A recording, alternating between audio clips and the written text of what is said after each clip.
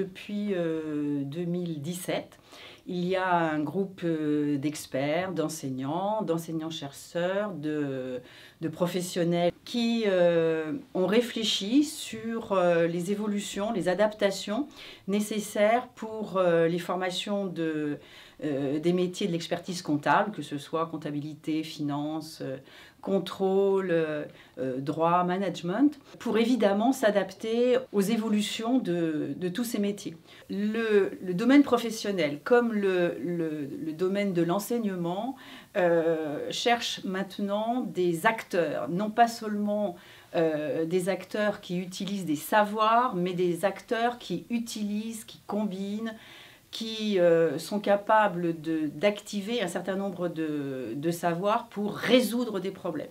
Donc, que ce soit l'utilisation du numérique, que ce soit la mise en place de groupes de travail, d'équipes, il faut absolument avoir une attitude qui soit beaucoup plus active. L'objet en fait de cette réforme a été d'essayer de transformer en fait les savoirs statiques en compétences. Le grand objectif, c'est véritablement d'orienter les programmes vers cette notion de compétence.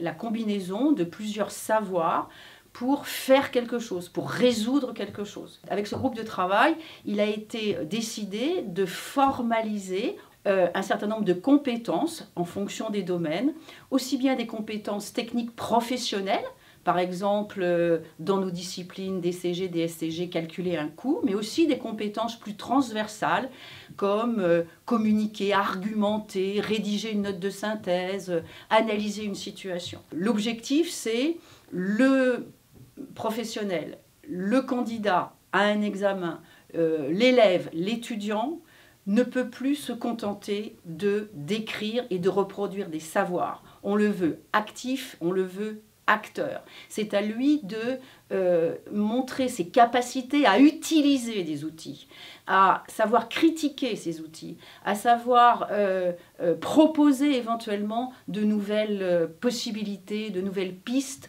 de solutions. Dans cet esprit-là, tous les référentiels s'attachent à bien lister des savoirs et ensuite comment utiliser ces savoirs à travers un certain nombre de compétences qui sont donc exprimées sous forme de verbes. Identifier une organisation, critiquer un calcul de coût, par exemple.